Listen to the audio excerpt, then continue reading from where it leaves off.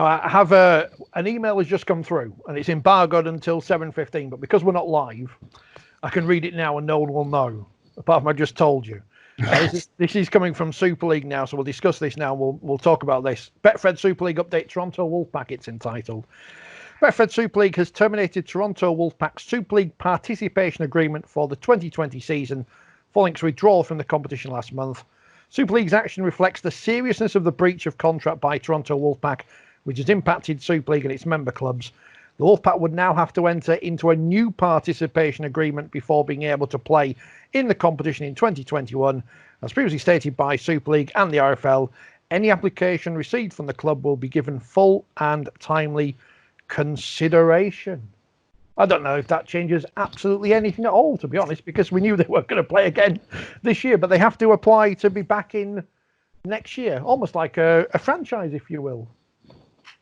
Yeah, I don't think it changes anything, does it? They were always going to have to convince Super League that this sort of thing wasn't going to happen again, that they changed to be able to continue. So yeah, this has no real bearing. It sounded exciting though when you said I've got an embargo press release. I was thought, oh, this is going to be good on the hoof. Yeah, bit of a non-event really, Richard. You've let me down. I think that just means that Sonny Bill can't come back now for 2020. His contract's not worth the paper it's written on, I read in Australia today, but there you go.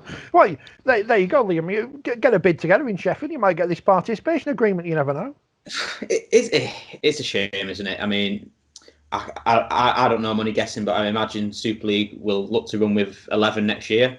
I'm guessing, well, for players, it won't be the worst thing in the world because they're going to be finishing late this year, starting probably the same time next year. It'll give some teams some weeks off and, like say, having bye weeks and things like that, particularly with a World Cup at the end of it.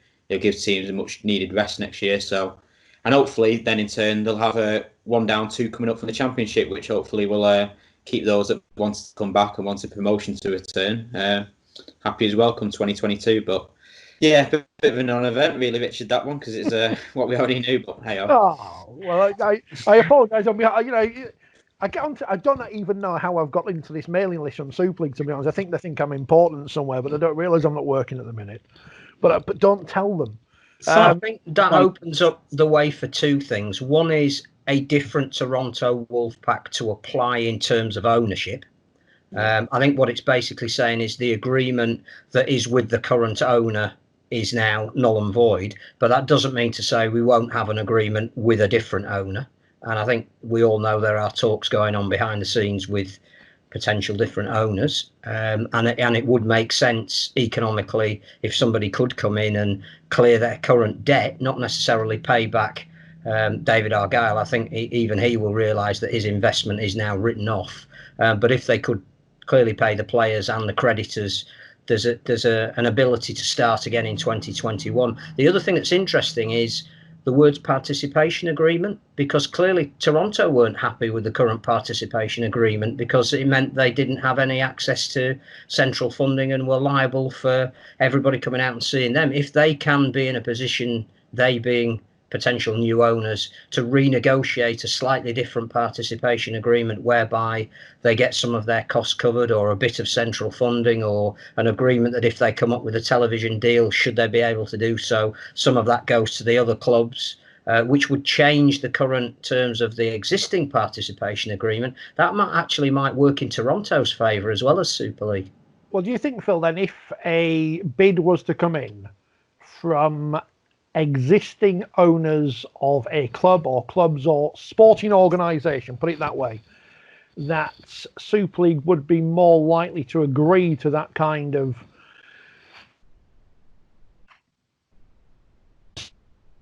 give up if they're assured that the person running the club or persons are legitimate and have a track record of running professional sporting clubs? I think 12 teams works for everybody next year, not least because they've already announced the dates of Magic Weekend, and I think it's almost impossible to have 11 teams because who would miss out on something like that? I also think that it is virtually impossible to run with a bye week in our competitions.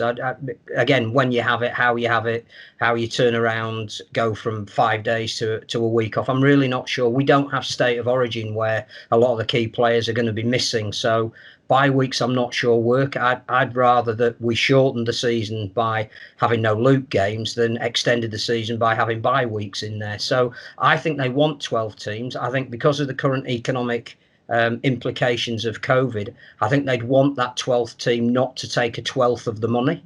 Whereas if a League came up, or a Bradford came up, or a Featherstone or a Toulouse, their participation agreement is that actually the current Super League clubs would have to tip something in rather than take something out. So I think if they could renegotiate with Toronto in whatever guise they are for 2021 to say, we will give you a little bit, but clearly it's not the full amount you'd get as a 12th of the competition. You will get a membership status, which they don't have at the moment. But your punishment, if you like, for the old club not fulfilling its obligations in 2020 is you only get part payment, which is what they did to Bradford, when they were allowed to stay in the competition, having gone into liquidation.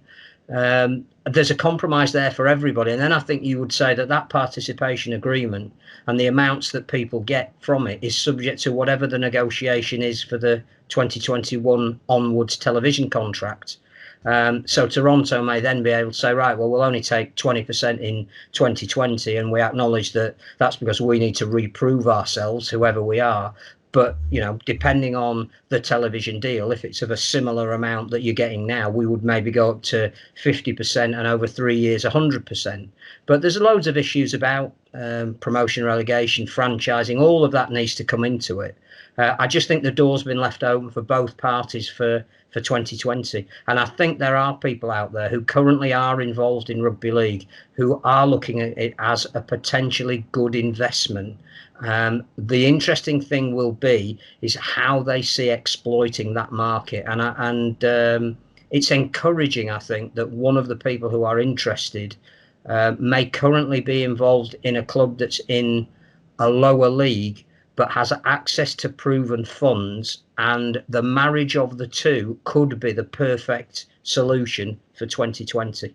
And I guess, Paul, if a new Toronto were actually based here rather than based in Canada for visa reasons and whatever, as it seems that Ottawa are from what John said the other week, that would make a lot more sense as well. So we don't have this mess, not that it wouldn't have happened anyway in terms of the club imploding, but with the visas and such this year. Yeah, absolutely. That would be, I guess, a trade-off of legitimacy, calling yourself a Toronto team that's actually officially based in the UK rather than Toronto. But from a practical point of view, that would work in terms of visas. And would it have much, would the fact that it's technically based in the UK have much of an impact in Toronto? Probably not. So, yeah, that might be a sensible way forward for him. But we'll ask all their fans on Twitter, because they're very vociferous. You can tell they're proper rugby league people, the Toronto fans. So how have you found dealing with them, Liam? Because obviously I've not been to Toronto. I don't think, Phil, you've not been, have you? Should have been this weekend. There you go, should have been there. Paul, did you ever go? No, they're still waiting for that one. No. How have you found dealings with our Canadian brethren? From an experience point of view, for the players and staff, it was great to go to Toronto and go to Niagara Falls and things like that. We was pretty woeful on the pitch that weekend. I think it was 68-4. We got beat, something like that. But it was a tough one. But some of the circumstances were difficult. We got put in a student accommodation, sort of an hour away from the ground. It was still in Toronto because Toronto is that big, and things like that. So that was a bit difficult. There wasn't much around there. I think Keith Senior had to go walk a couple of miles to get a coffee from a petrol station in the middle of nowhere on a Saturday morning. So it was a bit difficult on that front. But yeah, how we dealt with him, it was okay. I'm sad to see him go because, like I talked about before, in terms of player development and things like that, it's a long-term project. Nothing's gonna happen overnight. It would have been a 20 to 30 year project. And I hope if someone like New York or Ottawa come in, that work is they should be starting already. There should be people, and I appreciate that we struggle at the moment, but if they've got the funds to do so, they should be out in the schools, they should be out in the community, getting people playing the game before they actually kick a ball. There needs to be that base of the pyramid before you have the top. If we're looking at the positives, we just got to hope that this situation could actually make Toronto stronger longer term, because we all hope that that the business is potentially sustainable and has. I think we all recognise that it has a lot of potential. They've certainly got a fan base there to develop and exploit financially, if that's the right word. But what we haven't been impressed with is the management of the club in terms of paying people late. And I think I made the point previously last time I was on that just because the business has been managed poorly doesn't mean that it's a bad business. Hopefully a new regime, a new ownership would manage Toronto in a way that might endear it more to the rest of the game and give it a better image in the wider game, whilst still having the potential that we all see there in Toronto. Hopefully it can be a good thing. There's virtually isn't a club within rugby league that throughout its history, however big it's been, hasn't gone through a period of mismanagement off the field. And you can include the biggest names in that. And the issue, I guess, is what do we want from a new market? Are we clever and aware enough to exploit it? And you were asking Liam about the logistical issues facing a club like Sheffield, which literally is part of the geographical area where the sport has always been strongest. We have no conception or make no dispensation for clubs that don't even have that. Their first foray into our sport is actually seeing the sport. And I would say that the Melbourne model is the one that would work in a place like Toronto, where they're used to seeing sport at the highest level. And that is, it doesn't matter if any of the players initially come from Canada. You need a team that is relatively successful and sustainable to get your fans and your corporate sponsors over there involved. And on the back of that, you start the program of development, because if people don't know what a rugby ball looks like or what you do with it, there's not a lot of point putting it in their hands first off. I think you get them to fall in love with the sport because the team that wears the colours that they support are a winning team or a team worth supporting. And they were sort of getting to that. And that's where I think we've got to be braver and say there's no team in Super League at the moment that you could say, can you get 10,000 new fans? Warrington do a fantastic job in the town of Warrington, but there's nobody in Warrington that doesn't know rugby league is played in the town. There's nobody that doesn't know the Wolves is a very powerful brand in their part of the world. They get, now 10, 11,000 people. As of right, they would get 14,000 if they were consistently successful. They're moving in that direction, but they're never going to get 24,000. That's why they only built a stadium that held 15,000. But Toronto have got to that 10,000 threshold, however they've got there, whether they've given tickets away or not, and made it sustainable. So, as a sport, should we not put some value on that, even allowing for the fact that, David Argyle has put his money where his mouth is, but as in some respects either taken his eye off the ball or been badly advised and not invested it in a manner in which he's going to see a return on it.